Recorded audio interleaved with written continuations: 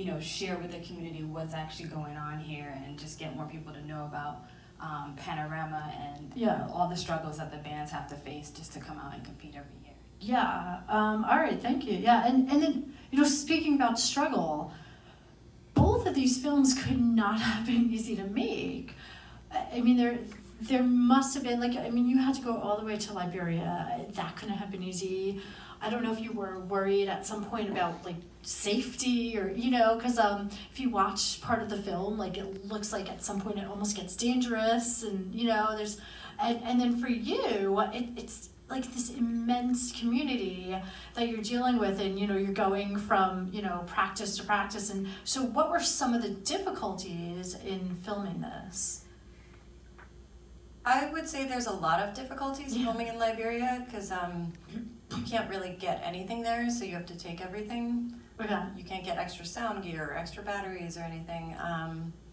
Yeah, and I got typhoid the first time. So that was what? Typhoid, and that was a difficulty. Okay. So I said before, going to Liberia could not have been easy. But actually, yeah, the days are really like long and hot. But the thing is, Macdella was amazing. She never complained, and she'd start at like 6 a.m. with her children, and then be out on the campaign trail all day. From like, sometimes we'd get back at midnight to go to these like remote communities all day. And yeah, I would say it was hard because you can't really use bathrooms anywhere because you're visiting communities, and some of them just don't have sanitation. Right. So then you don't drink much water, but it's like 95 degrees. And there's nowhere really to like, grab food in the remote communities. Sometimes people would invite us in and try to feed us or whatever, and that was nice. Right. But in general, I would say filming in Liberia is definitely, I think, the most challenging place I've ever filmed. Okay. Were you nervous? Had you ever been to that part of the globe, that area, or?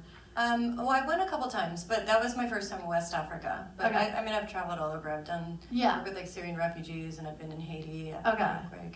Yeah. So I'm used to challenges, but I would say Liberia is maybe the most challenging place. Wow. Okay. Thank you. And how about for you?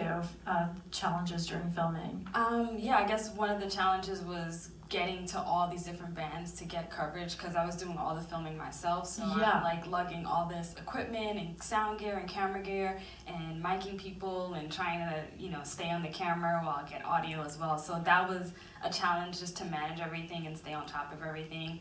And it's like, because it's me, I'm, you know, driving around to different bands. Sometimes I'm riding my bike, and it's like you're here, so you're missing something there, and you're there, and you're missing something here. So it's that challenge of just trying to have a decent schedule to understand what's going on, to stay a step ahead so you can catch some really good moments and just kind of be alert to what's going on and just kind of go for it. Okay. And, you know, another question I have, both of your stories are so inspirational, and you see, like, everything that these people are, they're so driven and, like, just determined, both of them. So, like, what was your goal in making this film? Like, you know, was there a particular goal besides just telling the story about Macdella? Besides just, like, what was the end goal of your film?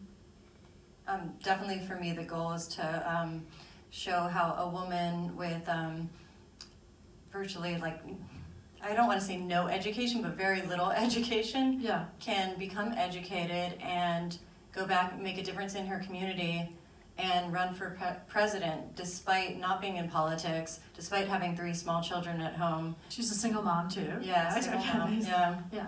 And just do it all, you know, really like work to make a difference. Okay, and how about for you? Yeah, I think there were a few goals that I wanted to hit. One was just to kind of share the passion that these players have for playing the steel pan. Like, a lot of them sacrifice, you know, jobs and, you know, spending time with family to come to the pan yard and play every year. And I really wanted to, you know, share this passion with people. And, you know, the community is always changing, and there's so many challenges facing the community that I really wanted to create this cultural awareness so people can understand what they're doing and kind of understand the sacrifice that they're making and contribute to try to help make things easier and to help keep it going, because the rents are increasing, it's expensive to get instruments, it's harder to find a space, people are buying up a lot of the land.